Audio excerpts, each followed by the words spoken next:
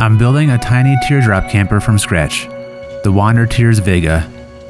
The goal is to get this rig ready for our family adventures in 2026.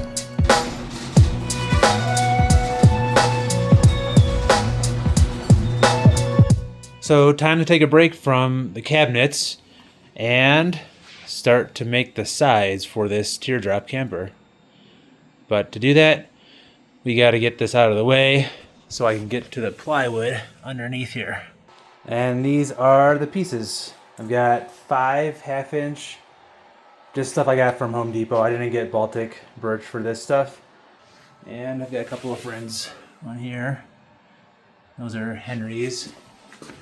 And little spider. And in order to do this, I'm going to use this pattern. I'm going to do this part over here first. And what you do is you take and mark 4 inches up and 4 inches over on this 4 foot by 8 foot piece of plywood. And then you measure in for all of this. There's a seam right here, and that seam will be lined up with the galley.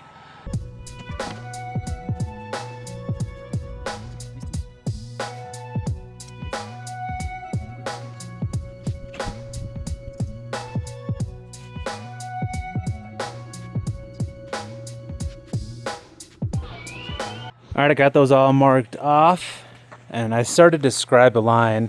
I'm going to get help from the other people who will be using this camper, aka the rest of the family, and help with bending the line, or bending a straight edge around the rest of these to get this curve in.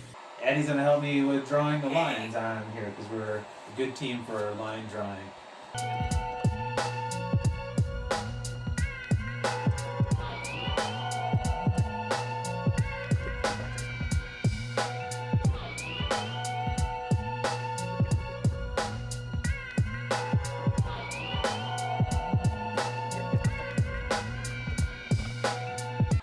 All right, these are all marked out now, ready to cut. I even went through and marked out the door.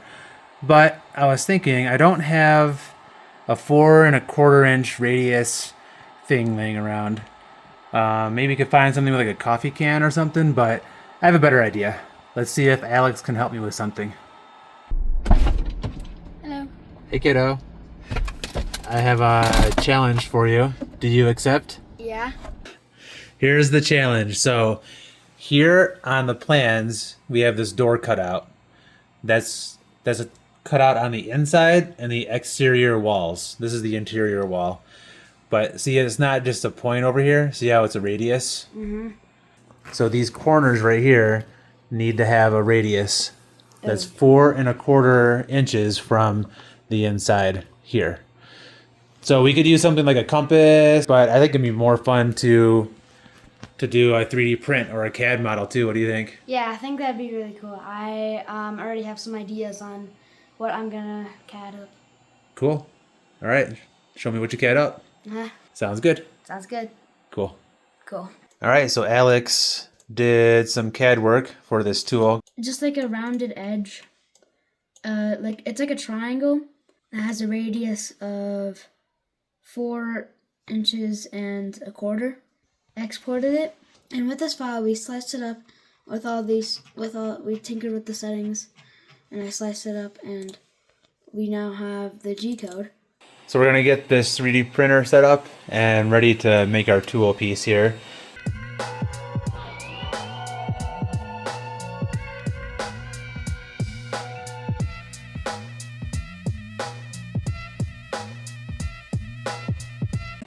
All right, the tool is done. How does it look? Looks pretty good.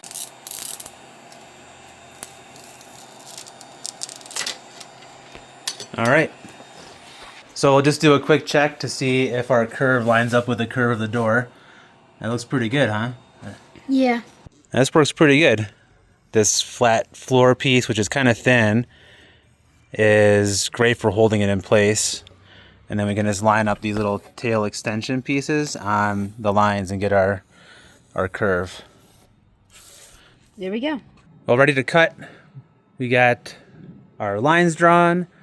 We got these 2 pieces sandwiched together and clamped in nice together.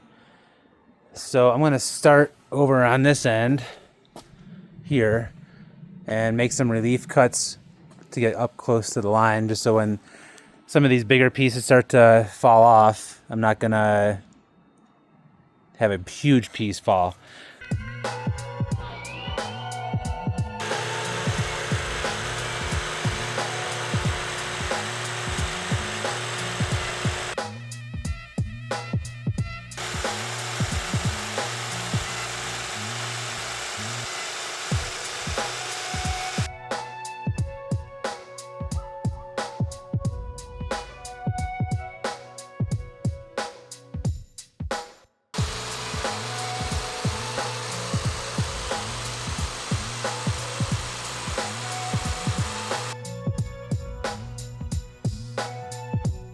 All right, all of the cuts are made for these two pieces. That actually wasn't bad at all. It's exciting. The shape is already starting to take shape. And just like that, the sides are cut out. Now there's a seam here. This is the interior wall, but there's a seam here. That's where the bulkhead is supposed to be at. The curves came out pretty good. I don't think I need to really sand anything down. I was thinking about just dressing up this edge just to make sure that they're all aligned a little bit nicer all the way up to here, I think. But first thing I'm going to do is attach them together.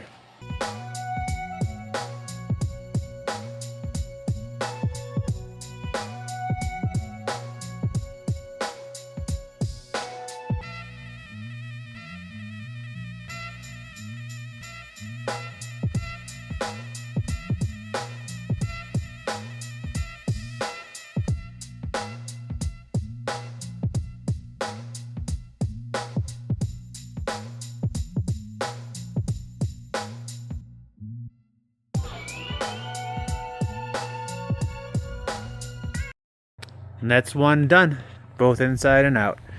Now that these are all together, what I want to do is dress up the galley hatch lip area, because these didn't quite get perfectly aligned. So I think it would probably be okay, because the trim that's going to go on here is going to cover up a lot of that. So I'm going to do that with a belt sander.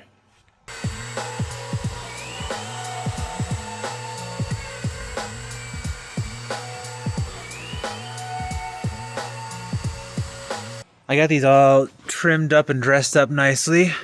The curve is still nice there. And then I went ahead and also dressed up the inside of the door. I'm gonna check to make sure that the trim and the doors fit in here too. Yeah, that'll fit just perfect. And next step is to put the sides onto the floor and the frame. Okay, well, I had a little bit of an issue. We went to mock up the side here, put it on the trailer, and it was off by a good 1/8 of an inch, 3/16. My frame is pretty tight. Like, this is still a little bit over. I probably should have reduced everything by a good, I don't know, 1/8 of an inch or so, just to make sure. It's just tight, but I think we're gonna get it.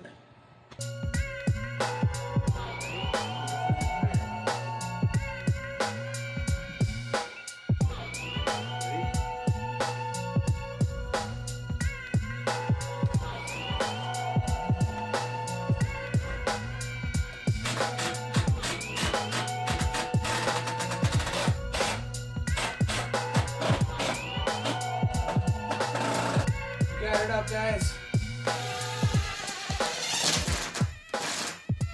Well, yeah, kind of got carried away, and I got the sides up and some cabinets in with Alex's help back there. We had some issues with the frame being aligned, so what I had to do is take out the bolts for all of the floor to frame bolts and get it to square up a little bit better, because it's tight. I mean, my frame is exactly at 5 feet. And we got the back cabinets in, or started to get the galley cabinets in. But I need to find some kind of laminate for the top. So I think that's going to be it for this one. But this is so cool. Now it's taking shape. There's a real camper here. It's amazing. There still is a lot of work to do, but this is a pretty big moment. All right. See you next time.